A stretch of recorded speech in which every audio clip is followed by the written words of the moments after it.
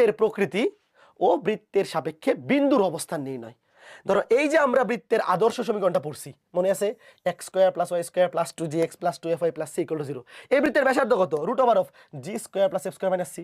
এখন যদি এই বৃত্তের ব্যাসার্ধটা শূন্য থেকে বড় হয়, তাহলে তো বৃত্তের একটা বাস্তব বৃত্ত পাওয়া যাবে, তাই না? ব্যাসার্ধ অবশ্যই কি ধনাত্মক হইতে হবে না? ব্যাসার্ধের মান অবশ্যই ধনাত্মক হইতে হবে, মানে শূন্য থেকে বড়। তো একটা ব্যাসার্ধ, একটা বৃত্তের ব্যাসার্ধ ধনাত্মক মানে তার ওই বৃত্তটা বাস্তবে বৃত্তটা এক্সিস্ট করে।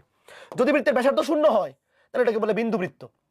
ভাইয়া কোনো বৃত্তের ব্যাসার্ধ যদি শূন্য হয়, তার মানে সেটা শুধু বিন্দু, তার শুধু কেন্দ্র আছে, কোনো ব্যাসার্ধ নাই, সেটা একটা বিন্দু।